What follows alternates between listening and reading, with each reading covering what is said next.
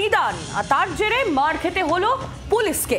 মালদার এক তরুণীকে ইফটিজিং এর অভিযোগ, এক যুবককে সালিশি সভা বসিয়ে মারধর করা হয় অভিযোগ। ঘটনাস্থলে পুলিশ গেলে রণক্ষেত্রে পরিণত হয় গোটা এলাকা। নেতার নিদানে পুলিশের উপর চড়াও হয় গ্রামবাসী। ঘটনায় তৃণমূলকে আক্রমণ শানিয়েছে বিরোধীরা।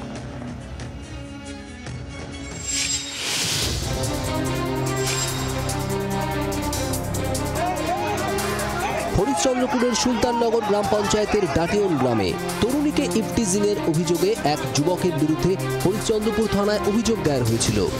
কিন্তু স্থানীয় তৃণমূল নেতা জিয়াউল হকের চাপে গ্রামেই বসে সালিশি সভা। विचार कौन बैठाया था? वही विचार बैठाया। कौन वही? जियाउल काकू बोला विचार बैठाते हैं। जियाउल के टीएमसी नेता है क्या? हाँ, टीएमसी नेता है।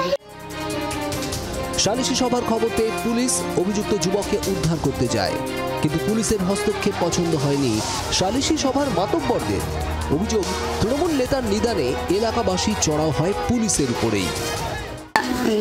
वो नेता सब बोला कि पुलिस का गाड़ी पकड़ो, तो पुलिस का गाड़ी नहीं जाने के दिन जियाउल बोला था आप लोगों को?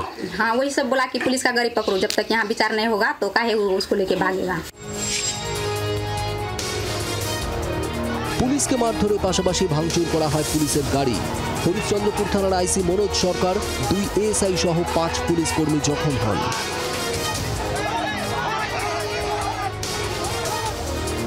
গোটা ঘটনায় তৃণমূলকে নিশানা করেছে বিরোধীরা।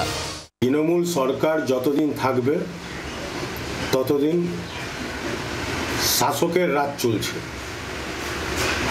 সব থেকে বড় কথা হচ্ছে বিডিও এরা, তৃণমূলের নেতারা, এসপিও এরা, আইসিও এরা, জেলা শাসকও এরা।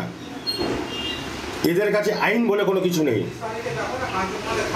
না এরা আদালতকে মানছে, না পুলিশ প্রশাসনকে মানছে, না বিডিও প্রশাসনকে মানছে, না বিএলআরও সাহেবদেরকে মানছে, কাউকে মানছে না।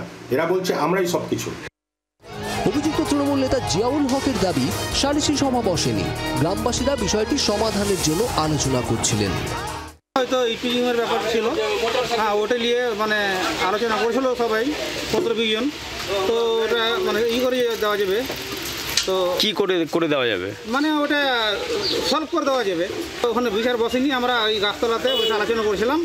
নিছক আলোচনা থেকেই এই রক্তাক্ত পরিস্থিতি। গ্রামবাসীরা একজন পুলিশের গায়ে হাত তোলার সাহস পেল কিভাবে?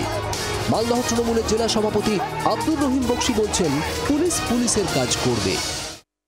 সুলতাননগরে যে ঘটনাটা ঘটে গেছে তার জন্য পুলিশ প্রশাসন আছেন, দায়িত্বশীলতার সাথে মালদা জেলার পুলিশ যে কোনো ঘটনার বিরুদ্ধে সঠিক তদন্তের মধ্য দিয়ে প্রকৃত দোষীদের খুঁজে বের করে ব্যবস্থা গ্রহণ করছে।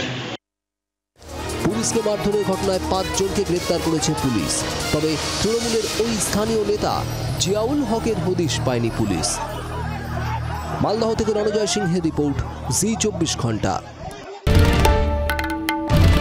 বাংলার আওয়াজ, বাঙালির আবেগ, জি 24 ঘন্টা।